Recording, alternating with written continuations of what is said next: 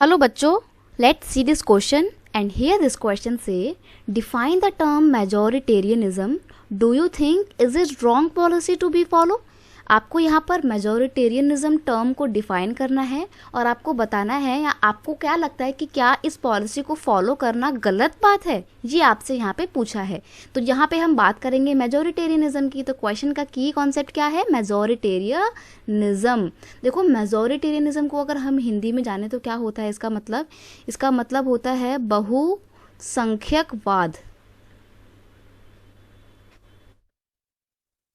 बहुसंख्यकवाद, तो आपको नाम से पता लग रहा है बहुसंख्यावाद, यानी कि वो लोग जिनकी संख्या बहुत ज़्यादा होती है, जब वो अपना ही रूल इस्टेब्लिश कर लेते हैं पूरे देश में, अपनी ही डोमिनेंस इस्टेब्लिश कर लेते हैं, तो इसको मेजोरिटेरियनिज्म कहा जाता है। तो यहाँ पे मेजोरिटेरियनिज्म की डेफिनेशन है, इट इज़ अ बिलीफ, ये एक विश्वास है according to which majority community should be able to rule a country in which ever way it wants. यानी कि ये एक ऐसा विश्वास है जिसके बेस पे कोई भी कम्युनिटी जो कि मेजोरिटी में है वो जिस भी तरीके से चाहे अपने देश में अपना रूल इस्टेब्लिश कर सकती है according to they can rule which ever way it wants, जैसे कि they can rule according to their wishes और they can disregard the wishes and needs of the minority लोगों की ज़रूरतों को, उनकी इच्छाओं को वो बिल्कुल कोने में रख सकती है, उनको बिल्कुल डिप्राइव कर सकती है और सिर्फ अपना डोमिनेंस इस्टेब्लिश कर सकती है। एक ऐसे विश्वास को हम मेजोरिटेरियनिज्म का नाम देते हैं। This belief is known as majoritarianism. अब देखो ऑब्वियसली बात है, अगर मेजोरिटेरियनिज्म होगा आपकी क्लास में, मान लो अगर किसी एक कम्युनिटी के लोग ज़्यादा हैं और आप किसी दूसरी कम्युनिटी से बिलोंग करते हो और फिर आपको हर जगह डिस्क्रिमिनेशन फेस करना पड़ रहा है। आपकी क्लास में मैम जो मॉनिटर बना रही हैं वो उसी कम्युनिटी से बना रही हैं जिसके ज़्यादा लोग उस क्लास में हैं, जिसके ज़्यादा बच्चे उस क्लास में हैं, तो आपको तो बुरा लगेगा ना। आप सोचोगे कि आपके अंदर तो बहुत कैपेबिलिटी है, आपके मार्क्स भी अच्छे आते हैं क्योंकि आप फिजिक्स वाला से पढ़ रहे हैं, लेकिन फिर भी आपको जो है मॉनिटर नहीं बनाया जा रहा है, तो वैसे में आपको बुरा लगेगा। और क्या करोगे आप? फिर आप उस मॉनिटर से लड़ोगे कि तुम्हारे को ज़बरदस्ती बनाया, मेरे को बनना चाहिए था मॉनिटर। ऐसे करके आपकी क्लास में लड़ाई हो जाएगी, मार पिटाई भी हो सकती है और क्लास की पढ़ाई डिस्टर्बेंस हो सकती है।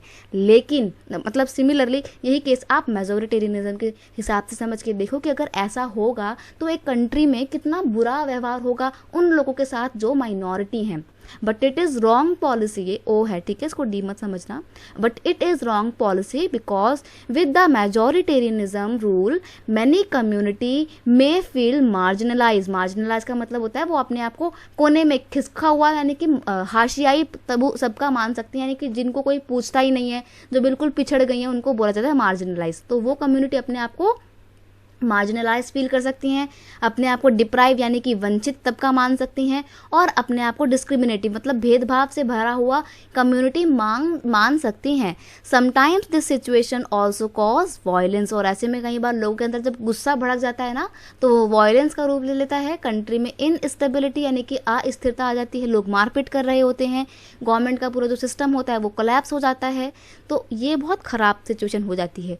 अगर हम एग्जाम्पल देखें तो आप सोच रहे होंगे कि क्या किसी कंट्री ने कभी मेजोरिटेरियनिज्म रूल इस्टेब्लिश किया है? तो हाँ, बिल्कुल किया है, और वो कंट्री है श्रीलंका। और इसीलिए श्रीलंका में क्या हुआ था? सिविल वॉर भी हुआ था। सिविल वॉर का मतलब होता है गृह युद्ध। जब एक देश के लोग आपस में ही अलग अलग कम्युनिटी बना के आपस में ही भिड़ जाएं, आपस में ही लड़ने लग जाएं, तो उसको बोलते हैं सिविल वॉर। जैसे कि आपके घर में अगर लड़ाई होती है आपके पापा और मम्मी के बीच में, फादर और मदर के बीच में, तो वो आपका घर क्या बन जाता है? सिविल वॉर बन जाता है। किसी बार वाले की जरूरत नहीं होती है, घर में ही अच्छी खासी लड़ाई हो रही होती है। तो ये होता है मेजोरिटेरियनिज्म और ये पॉलिसी बिल्कुल गलत है। I hope you understand it well. Best of luck.